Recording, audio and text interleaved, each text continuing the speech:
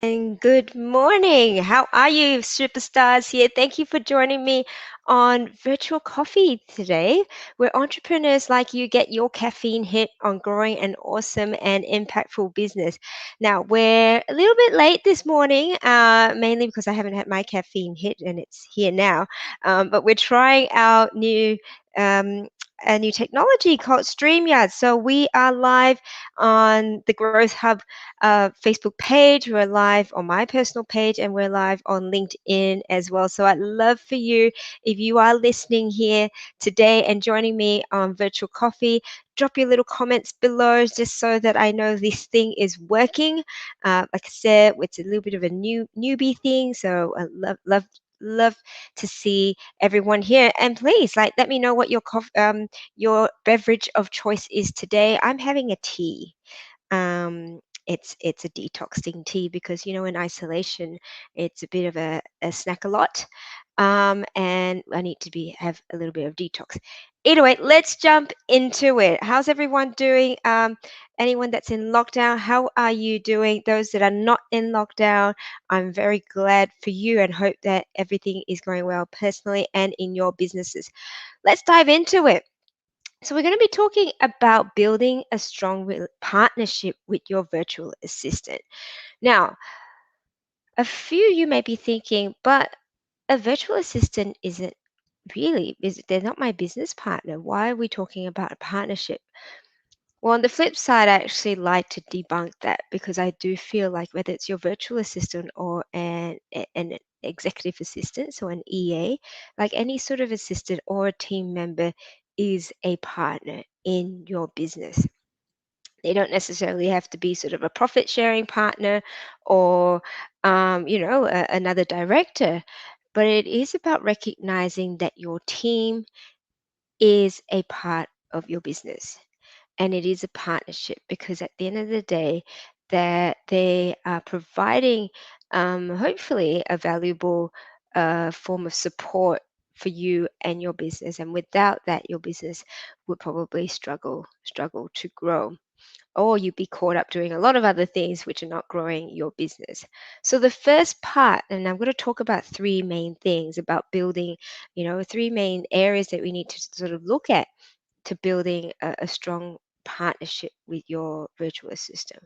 One is around the first thing is just the mindset around um, a virtual assistant or an assistant, a remote team, that even though you don't physically see them, and the great thing is that we have Zoom to be able to do this now, Zoom and our virtual, video conferencing, that the moment that you move your thoughts and your mindset from this is an employee and this is someone that just does stuff for me into this person has real buy-in to my business. This person is important to my business and its growth. And this person is a partner in my business. It shifts your whole mindset and language that you have with your team, your assistant, right? Because then they feel that they're part of something and they feel that whatever they're contributing makes a difference to your business, and they feel that there's a reason why they're doing things, because you have to put yourself in their shoes as well. Like if you are there just to tick boxes, are you going to feel that level of motivation and inspiration to be the best version of yourself? And so you as the leader, as the boss, as the client, um, you also have the responsibility to contribute to that empowerment and empowering your team and your assistant to step up into growth as well. So I encourage you as a first, if you've had virtual assistants before and you sort of go, well, it hasn't really worked, all right? And I always say, there are only things that I can change. There are only things that we can change ourselves. So we need to look and take responsibility to sort of go, okay, what are the things that I could have done differently? What are the things that could have been done differently from my end? And then what are the things that I can do differently with my new assistant next time.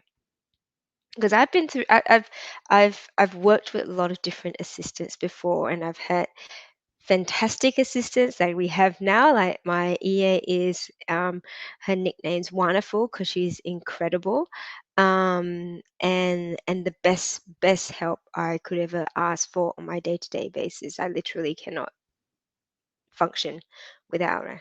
And then I've had assistants where I just thought, and I went in with that mindset of I'm just gonna just throw things at them.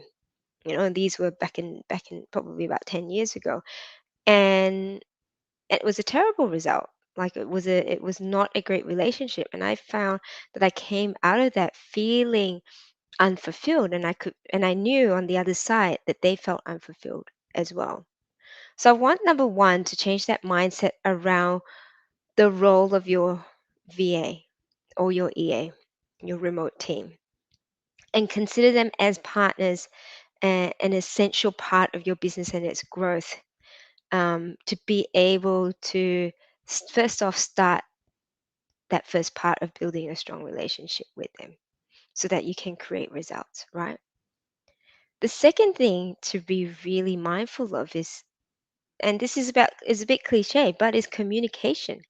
How are you communicating with your VA? It's really important, and when we have clients that come on board with us, the first thing that we do is have almost like a speed dating session on their onboarding to get, our clients to get to know their VA more on a personal basis, and on the flip side, our the VA to know the clients better as well.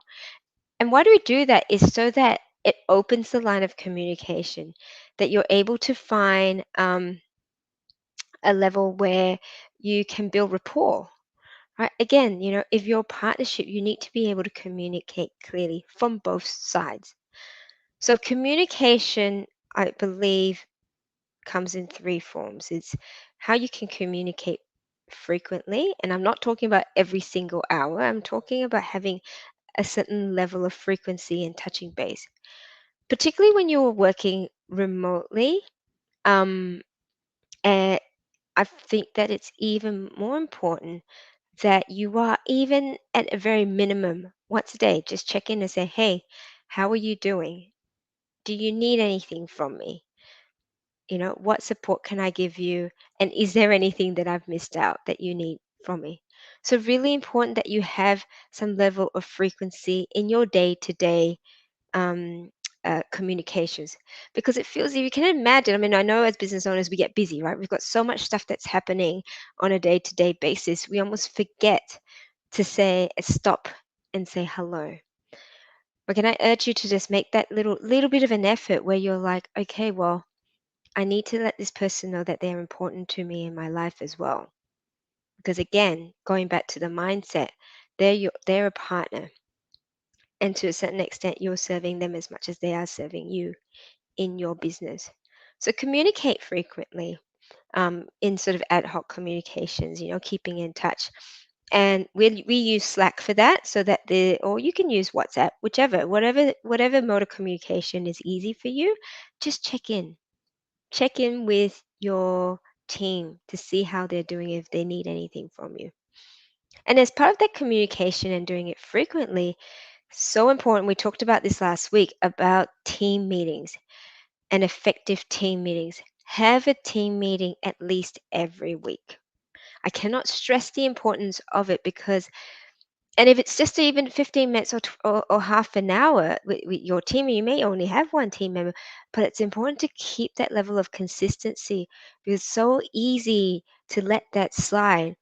And then you realize you're missing your project goals, you're missing your KPIs, that you're not on the same page as to where you want your business to grow. So having structured team meetings with an agenda and action items, and being able to celebrate your wins, right? I mean, it's for you to again celebrate your wins with your team, as well as your team celebrating it with you. You can imagine on a day-to-day basis, whether it's personal or professional wins, it's so great to be able to share that with someone. And if they're able to do that with you, again, it builds that bond and that partnership and that really strong relationship. And part of the communication, the next part is give feedback frequently and soon. So if it's whether it's not so good feedback or if it's great feedback, give it give it to people and ensure that it's made without judgment. So if it's feedback and it's negative feedback, well, it shouldn't necessarily be negative feedback. It needs to be constructive feedback. I think that's the word. Feedback that allows the other person the ability to see that it's not a personal attack. Feedback that allows someone to have the opportunity to improve on where they are because they may not even know that you've got a problem. They may not even know that it's an issue, right? And if you don't communicate that, they would not even know. But three, also, it empowers people to have that opportunity again, like I said, to improve the situation and to feel that you are someone that they can speak to about areas where they're struggling with, about things that they have challenges with, and things that they're not happy with, without feeling that they're going to be reprimanded for sharing these things. So give feedback, and on the flip side, allow yourself to accept feedback as well. I know for myself, like it, I used to have a whole lot of ego around giving and receiving feedback. One, giving feedback, I was afraid that I would hurt someone's feelings, but then I realized that was counterproductive because then someone would continue doing the the same thing and then it would annoy me and then I would get to a point where I'd be like, well, you just cheesed off and you just think that nothing's going to change. Whereas now I give feedback a lot quicker and but ensure that the way that I'm providing feedback is one that is constructive and it's not personal. And we've seen in our team when feedback has been given that it's been able to change people's way of of operating, and we've seen people step up because they're like, hey, I didn't even know, thank you so much for telling me. And then the third one about communication is recognizing good work or hard work. uh, Saying thank you and recognizing someone for the efforts that they've put in never goes to waste. Never. Even a thank you at the end of the day for thank you for the hard work. Thank you for your support. Hey, thank you for being so patient. I know that I've been busy. These little things may seem inconsequential sometimes, but they mean a lot to people. And at the end of the day, business is about people. Yes, business is about earning good profitability, about building revenue, building legacy, that sort of thing. But at the core of it, I believe that business is about people, and this is a people business, whichever way you look at it. And so if you've got someone, who you're able to provide feedback to, and you're able to then recognize them for their hard work, what do you think that they'll do for you in return, especially when they know that you recognize the work? They're going to do a bit more, aren't they? They're going to be able to step up more. They're going to want to be able to produce better quality work. So those are the three elements of communication. It's communicate frequently, um, give feedback soon and often, and allow yourself to receive feedback. And three, recognize and give recognition for good work, and be grateful and thankful as well for the support. And then the third part is, so we talked about partnerships, we talked about communication. The third part I really want to share is around um, providing, and it comes down to the feedback, providing your team opportunities for development, personal or professional development. So again, this comes down to that communication and really understanding who your assistant, who your VA, your team, who they are, what they're passionate about, and where their strengths are. And the more that you get to know them, And the more that they openly speak with you and relate to you as well, you'll be able to identify where there are areas of their strengths that you can also leverage in your business, in other places that you may not have realized when that you needed the help with when they first came on board. So it could be something like um, when you have your VA write out processes and systems for your team, you sort of go, wait a minute, is this something that they could also then train someone else in my team to do as well? Or you realize that it might be even something like them picking great hamper presents or whichever it might be. It's identifying where their strengths are and their passions are, and give them work or tasks or responsibilities more so than anything else that are going to fuel that passion, because you'll see so much of themselves come out of it, and it becomes more of them thinking, what are areas that I can help my client's business grow with the things that I'm great at, as opposed to that reactiveness of sitting down waiting for tasks to be allocated. You want to be nurturing and empowering leaders and people who are proactive in your business, as opposed to um, having people that sort of sit around waiting for someone to give instructions. And and to be able to have that person stand up and to be that proactive person, to be that person with creativity and motivation. Those 2 points we talked about around that mindset, around the partnership, and then two, that communication, which is then going to flow down to three, is empowering and helping your virtual assistant in their own personal and professional growth.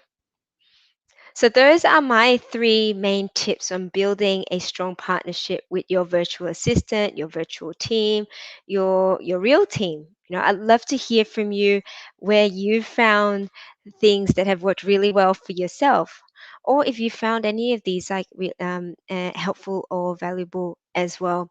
I hope that you have had a wonderful day so far. I hope that you have a wonderful day going forward.